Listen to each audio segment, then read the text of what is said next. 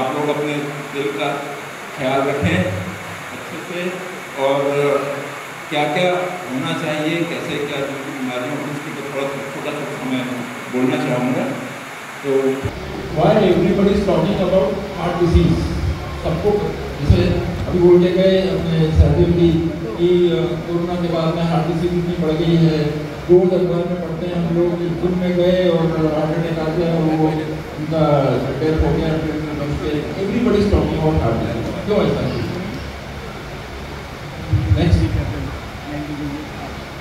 Next आज का topic मेरा यही है, इन्फ्लुएंस योर हार्ट। ये इन्फ्लुएंस योर हार्ट, आप और आपका दिल, आपका हृदय। ये देखिए इस तरह से हार्ट डिसीज़ हमारे देश में बढ़ती चली जा रही है। मतलब ये है कि 3 मिलियन 30 लाख लोग जो हैं वो हर साल हार्ट अटैक से मर जाते हैं हमारे देश में।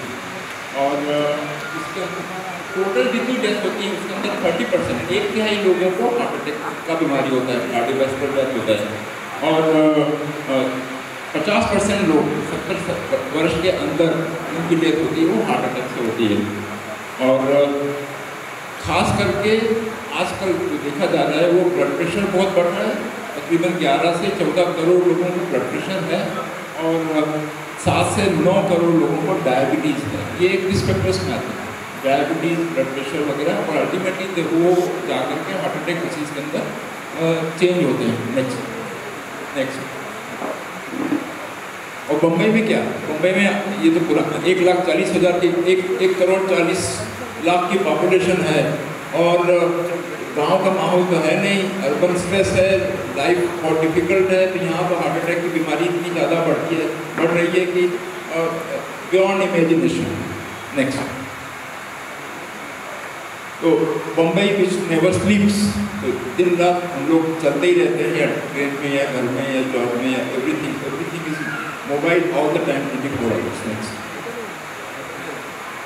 अब थोड़ा सा हार्ट के बारे में जान लें कि हार्ट क्या है।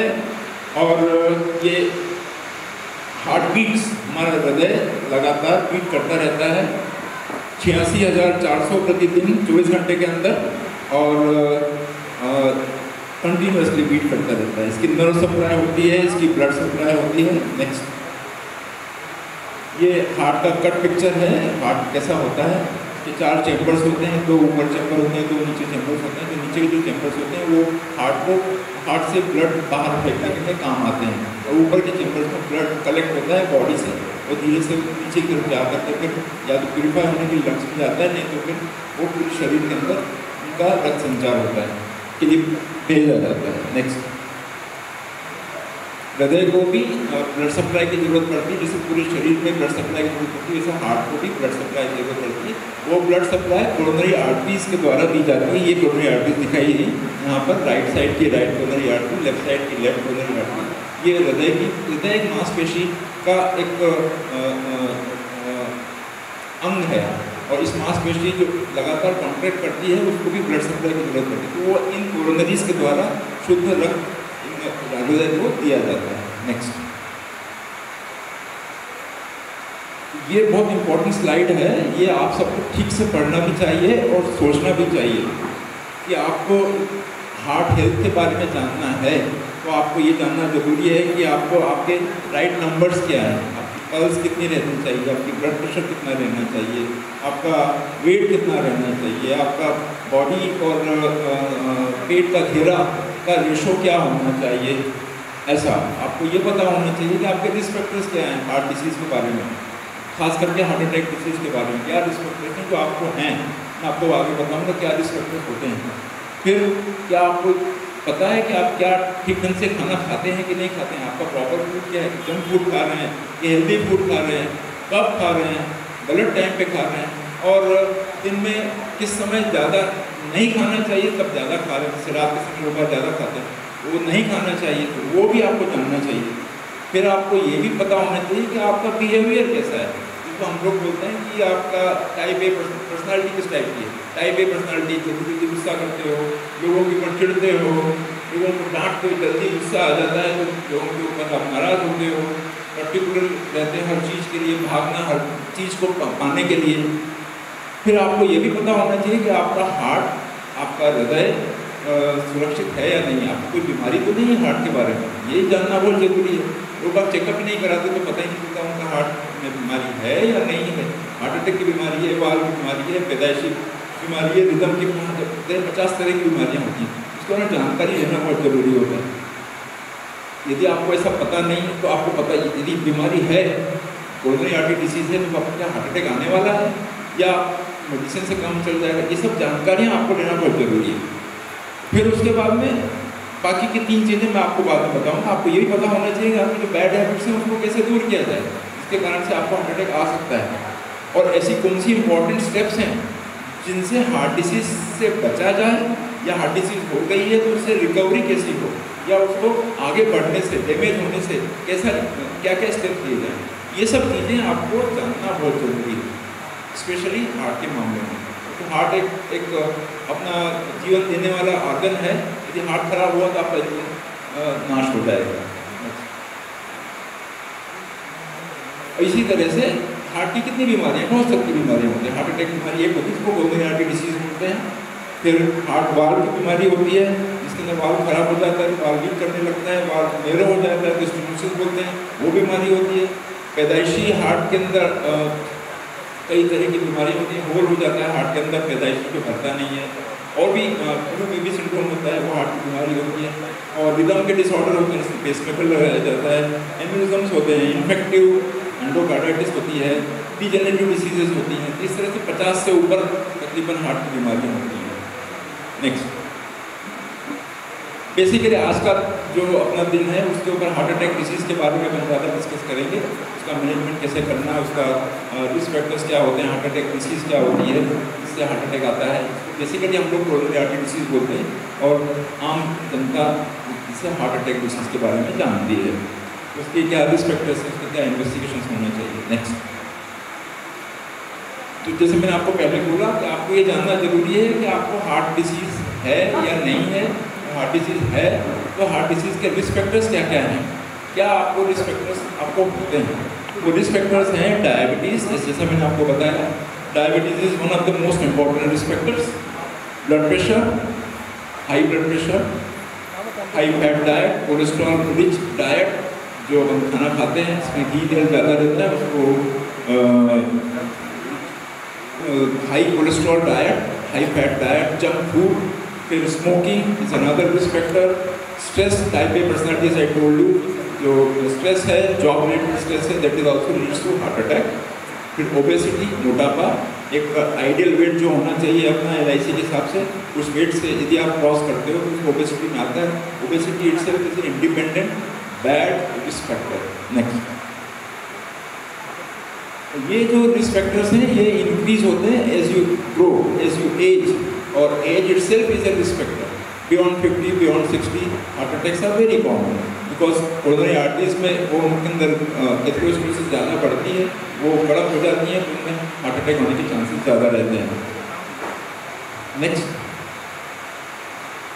risk factors, sex is also a risk factor, basically not a risk factor, but ladies are prevented from getting a heart attack till their menses are on, till 45-50. The hormones, lady body has a special hormones which protect heart from heart attack disease. But after 45, ladies और gents दोनों के अंदर heart attack की जो incidence है वो बराबर हो जाती है। तो ये लकीली 25 से 45 साल की उम्र में लेडीज़ को हार्ट अटैक के चांसेस कम होते हैं। ऐसा पहले देखा गया था, पर आजकल जो लेडीज़ जो ओरल कंट्रासेप्टिव पिल्स लेती हैं ज़्यादा, उनको क्लॉट बनते हैं, उनको हार्ट अटैक आता है। लेडीज़ आजकल स्मोकिंग करती हैं, ड्रिंकिंग करती हैं, तो ये जो प्रोटेक्शन पीरियड है वो उसको नलीफाई हो जाता है, तो उनके अंदर भी हार्ट अटैक आने के चांसेस हो रहे हैं, देखे गए। नेक्स्ट, ब्लड प्रेशर, जैसे मैंने आपको बताया हाई रिस्क फैक्टर है। Blood pressure, normal blood pressure क्या होना चाहिए, 120 ऊपर वाला, और 110 से 120 के ऊपर वाला, और नीचे वाला 70 से 80 के बीच में। ये ब्लड प्रेशर का नॉर्मल नंबर है, नॉर्मल रेंज है, जो आपको याद रखना चाहिए। इसके ऊपर एक है तो ब्लड प्रेशर को हम हाई ब्लड प्रेशर बोलते हैं। High blood pressure, blood pressure जितना ज़्यादा होगा उतना ज़्यादा कोरोनरी आर्टरी के ऊपर दबाव बढ़ेगा, जितना ज़्यादा दबाव बढ़ेगा कोरोनरी आर्टरी के फटने के चांसेस हो सकते हैं, जिसमें क्लॉट बनता है, फिर हार्ट अटैक आता है। तो blood pressure is a independent risk factor for heart attack disease. Next, Smoking, of course, smoking is a very big risk factor because smoking करने से कार्बन मोनोऑक्साइड बॉडी में बढ़ता है. Carbon monoxide independently causes increase in clotting of the blood. तो blood clotting mechanism बढ़ता है और low oxygen level, high carbon monoxide में हार्ट अटैक आने के चांसेस ज़्यादा बनते हैं because of the clot formation and free radicals in the body. Next, ये मैंने लिखा है कि tobacco smoke contains 4000 chemicals in form of particles and gases and main poisons are these the carbon particles and carbon monoxide which causes heart attack. Next. Or sedentary life, of course, very big factor which leads to obesity, and obesity causes high cholesterol and no activity. So you may let in diabetes, you will have hypertension and overweight. So all of them are interjoined. So all of them will ultimately lead to heart attack disease. So moderate activity is very important. Next, ये weight reduction, weight, as I told you, the heavy weight, obesity is an independent risk factor. Next, obesity, ये this ratio should be less than 1, and the female, they are the independent risk factors.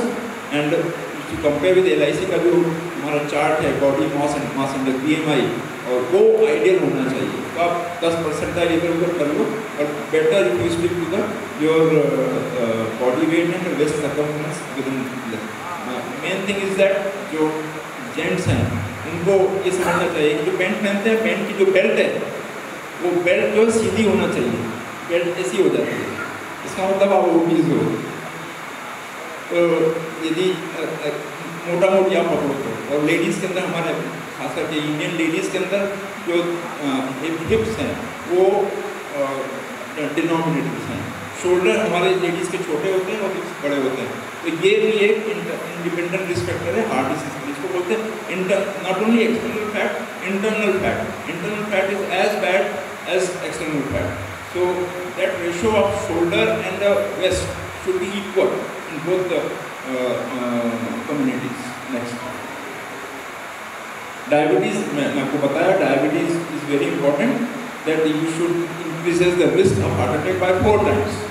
Anybody who has diabetes, whether it is only diet control or drug control or insulin dependent, again this factor, the incidence of heart attack increases further and further because high level of sugar in the blood causes coagulation problem and deposition of fatty event material in the coronary arteries, so they get into heart attacks very often.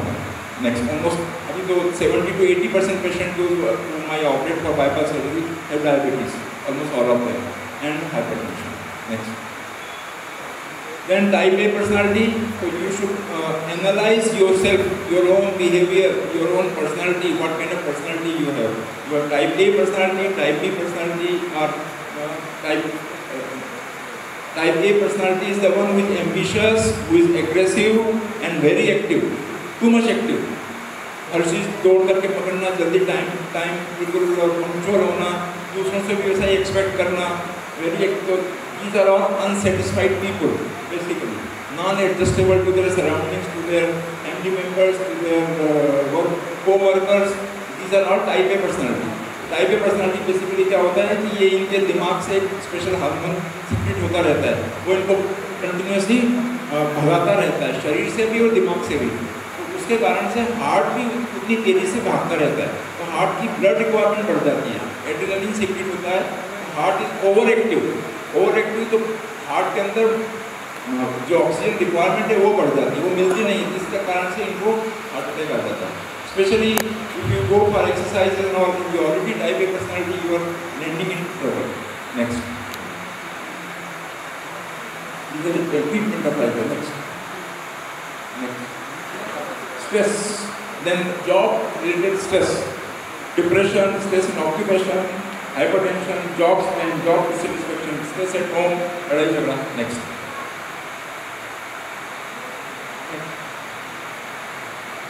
तो basically ये जो मैंने risk factors बताए उन सब का भी treatment आ रहा है. टाइप ए पर्सनालिटी है, पर्सनालिटी चेंज करो, yoga, stress management, this kind of things to change your personality so that you your heart rate goes down, your breathing practices can be done so that your heart doesn't require so much oxygen, so that you don't get heart attack. Same, if you are overweight, your cholesterol is high, develop a habit of having a balanced diet, what time you should eat, what you should eat. Healthy food is very important. High cholesterol, junk food, oil, ghee, if you avoid all that, then it is important so that you don't develop high cholesterol levels in your body. You should know your cholesterol levels also, get your checkup done, get your lipid profile done, and get your, what is your normal cholesterol. It should be less than 200. What is good cholesterol, what is bad cholesterol. Good cholesterol is HDL, which keeps blood, coronary arteries clean. Bad cholesterol is LDL. LDL should keep as low as possible, less than 150, less than, is very important. Indians लोग triglycerides हमारा बहुत बढ़ जाता है. Triglycerides जो होते हैं वो बेसिकली चावल भात खाने में हाथ से या पटाटे से ये खाने से, सिंपल शुगर्स जो है हमारी वो ज़्यादा लेने से ट्राइग्लिसराइड बढ़ जाता है. वो भी इंडिपेंडेंट रिस्पेक्ट है. इस तरह की जो डाइट है, you should analyse your diet and what diet you should take. Balance diet होना चाहिए. जो ऑयल यूज़ करते हैं वो भी ठीक टाइप का ऑयल होना चाहिए, और घी वगैरह जो है वो कम से कम होना चाहिए. ज़्यादा से ज़्यादा उसमें लीफी वेजिटेबल्स होना चाहिए. खाने में जो श्रीअन्न है वो उसको यूज़ करना चाहिए. तो इस तरह से करेंगे तो एक बैलेंस डाइट बनेगा, तो आपका कोलेस्ट्रॉल लेवल कम रहेगा. कोलेस्ट्रॉल लेवल कम रहेगा तो हार्ट अटैक होने के चांसेस कम होंगे. Again, reduction of over oil intake. Non-veg to be avoided as far as possible. If you can, reduction of high calorie food and the sugars, जो ये beverages हैं, Coca-Cola वगैरह ये सब high beverages, wines, drinks should be avoided, and avoid heavy meals, and spacing of meals is very important. Next. And then of course you should do exercise. As I told you, the risk factor, most important risk factor is sedentary life. दिन भर सोते रहना नहीं. You should do exercise. At least you should do 20 minutes per day is very important. And if you can do 20 minutes of walking, little small jogging, home exercise, or whatever you can do. Best is 10,000 steps a day. 10,000 steps आप चलिए यदि, तो that is enough for the day, and you can do it along with the moderate muscle training is best. There is no need to go for gym or doing heavy exercises without getting yourself checked up.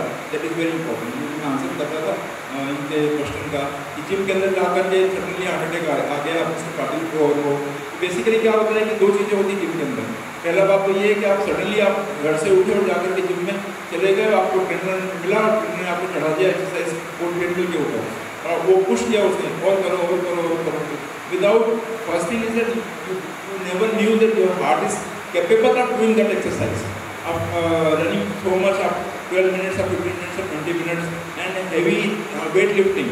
So all these are problematic, and that's why, and then trainer pushes you to better and better and better and better, and you get into that habit, and then you suddenly find that your heart is not capable of doing that kind of exercises.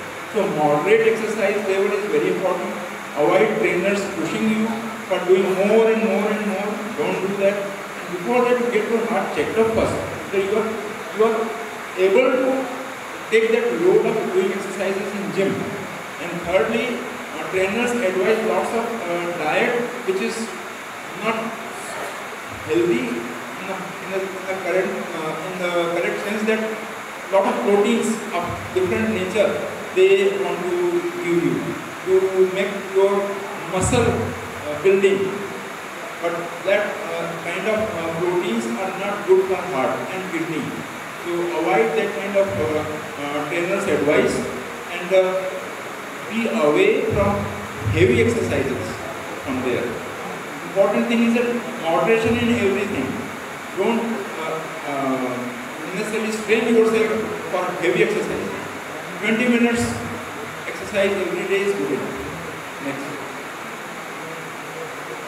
Now we come to the main point, main subject of heart attack disease. What is heart attack disease? Everybody knows कि मेरे heart attack आ गया, क्या चीज़ है ये? Heart attack मतलब हमारी भाषा में हम एंजाइना बोलते हैं चेस्ट पेन।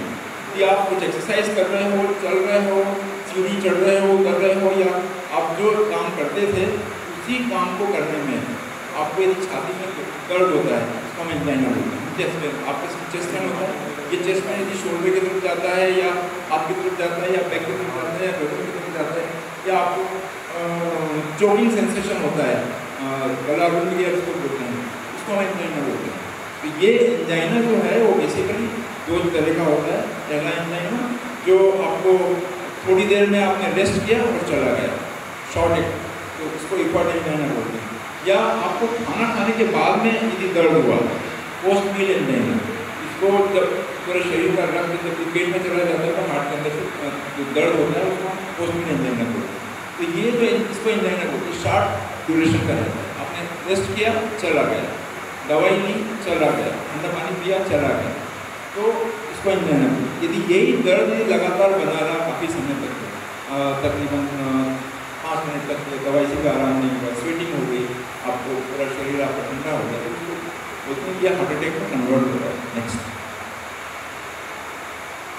ये हार्ट अटैक कैरेक्टरिस्टिक्स क्या है? तेज पेन, बहुत ज़्यादा चोकिंग सेंसेशन, आपको शरीर हार्ट के ऊपर पत्थर रखा हुआ महसूस हुआ, शरीर ठंडा पड़ गया है, और वो किसी भी चीज़ से आराम नहीं मिलता उसमें, रेस्ट कर लें, लेट जाएँ, मेडिकेशन ले लें, सॉर्बिट्रेट ले लें, आराम नहीं मिलता है। और इसका मतलब ये कि हार्ट के अंदर जो क्लॉट था वो वहाँ पर फंस गया है, उस क्लॉट के कारण से कोरोनरी आर्टरीज में ब्लड सप्लाई रुक गया है, इसके लिए आपको हार्ट अटैक आ रहा है। तो दो बातें हो गई, एंजाइना हो गया और हार्ट अटैक हो गया। तो एंजाइना हुआ, आपको चेस्ट पेन हुआ, थोड़ा सा तो क्या करना चाहिए आपको, आप जहाँ पर हैं वहीं रुक जाए, जब एक्सरसाइज कर रहे हैं तो रुक जाए, सीढ़ी चढ़ रहे हैं तो एक जगह में खड़े हो जाए, लंबा सांस लें, और ट्राई करें आपके पास में सॉर्बिट्रेट, आपको कोरोना बीमारी है यदि तो आपके पास सॉर्बिट्रेट या डिस्प्रिन वगैरह होगी तो वो ले लें ताकि रक्त संचार फिर से बढ़ जाए, और डिस्प्रिन ले लें ताकि खून में जो क्लॉट है वो घुलने के चांसेस हो जाए, डिस्प्रिन से खून पतला हो जाता है। और उसके बाद में अपने डॉक्टर को दिखाएं, तो जैसा ऐसा प्रॉब्लम है तो आपका OCG निकालेगा। तो हार्ट अटैक की बीमारी में एंजाइना हुआ, हार्ट अटैक हुआ, क्या क्या इन्वेस्टिगेशंस करना। नेक्स्ट, तो हम लोग इन पेशेंट्स का इन्वेस्टिगेशंस करते हैं, तो आपको जानना चाहिए उनको हार्ट अटैक की बीमारी, उनको क्या क्या इन्वेस्टिगेशन होने चाहिए और किए जाने चाहिए। ये बेसिक नॉलेज बहुत ज़रूरी है। पहला बात तो ये कि आपके शरीर में आपका हीमोग्लोबिन कितना है, आपका कोलेस्ट्रॉल कितना है, लिपिड प्रोफाइल करते हैं, और आपका जो शुगर है वो भी देखते हैं, थायराइड फंक्शन भी देखते हैं साथ में। ये तीन इंपॉर्टेंट ब्लड पैरामीटर्स हो गए।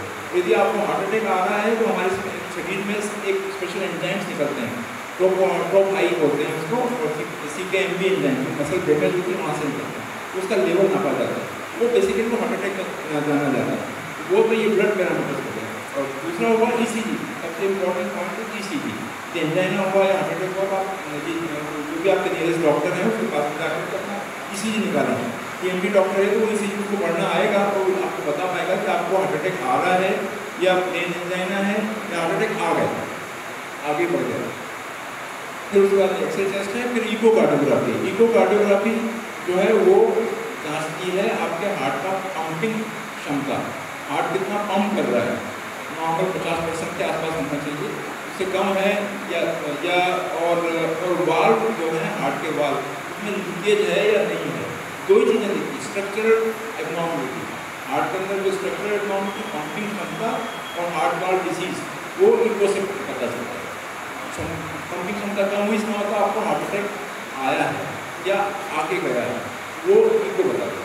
तो उसके बाद में एंजियोग्राफी आती है जो डायग्नोस्टिक है, ब्लॉकेज वगैरह के लिए, कोरोनरी आर्टरी में क्या ब्लॉकेज है, कितने हैं, कहाँ हैं, कैसे हैं।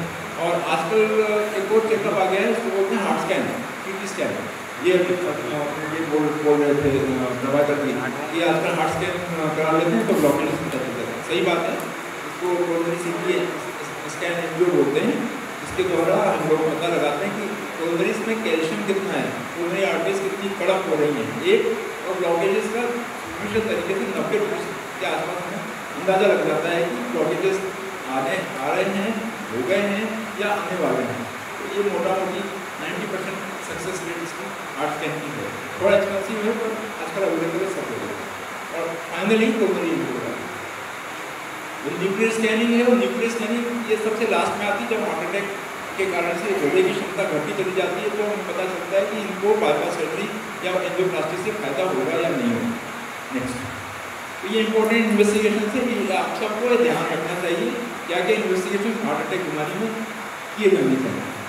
और डॉक्टर से पूछें, और ये इंपॉर्टेंट मैं भूल गया बताना, एक्सरसाइज टेस्ट। जब आपको एफर्ट एंजाइना है तो ईसीजी करने के बाद में नॉर्मली यदि आपका ईको हो गया, ईको में पता चला हार्ट फंक्शन नॉर्मल है, तो आपको पट्टी पे दौड़ाते हैं, स्ट्रेस टेस्ट बोलते हैं इसको, ट्रेडमिल टेस्ट, इसके ऊपर दौड़ाते हैं 6 मिनट 7 मिनट तक दौड़ते हैं आप, तो हार्ट रेट बढ़ता है। हार्ट के अंदर बढ़ते बढ़ते जब ईसीजी जब हार्ट की रक्त संचार कोरोनरी आर्टरी में जो ब्लड सप्लाई है वो उसको मैच कर रहा है कि नहीं कर रहा है, ये पता लगाता है। ये मैच नहीं करता है साथ ये ईसीजी बदल जाता है चलते चलते चलते, तो ये हम पकड़ते हैं कि आपको हार्ट अटैक या हार्ट कोरोनरी आर्टरी में ब्लॉकेजेस हैं और कितने सीरियस हैं वो इतने चल रहे हैं। ये भी एक इम्पॉर्टेंट पार्ट है हार्ट चेकअप के लिए, कार्डियक चेकअप के अंदर किया जाता है। नेक्स्ट, तो ये 4 चीज़ें हो गई आपकी, stress test, ECG, echo, coronary angiography और heart scan, main important investigation for the heart. Next,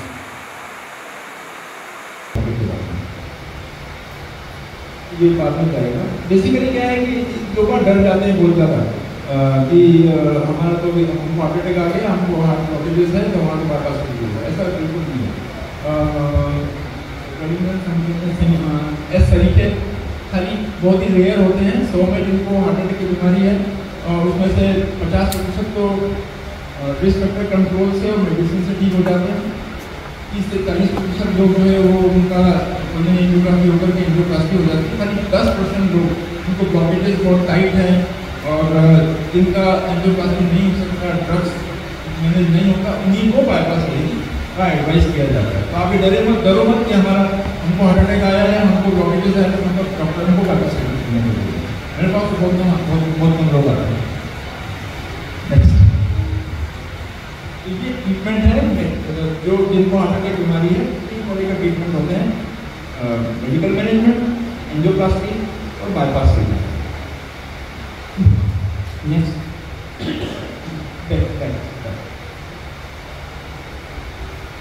basically medical management क्या है? मेडिकल मैनेजमेंट पहला होता है रिस्क फैक्टर कंट्रोल, जो मैंने आपको बताया कि कोलेस्ट्रॉल का, ये आपका पहला रिस्क फैक्टर जानो, आपका कोलेस्ट्रॉल ज़्यादा है तो कोलेस्ट्रॉल की मेडिसिन है, डाइट कंट्रोल करो, स्टैटिन्स लो, कोलेस्ट्रॉल कंट्रोल करो। तो उसके बाद में आपका ब्लड प्रेशर है तो ब्लड प्रेशर कंट्रोल में रखो, डायबिटीज़ है तो डायबिटीज़ का अलग पूरा मैनेजमेंट अलग है, मेडिसिन हैं, डाइट है, डायबिटीज़ कंट्रोल करो, जो भी रिस्क फैक्टर्स हैं उसकी मैनेजमेंट।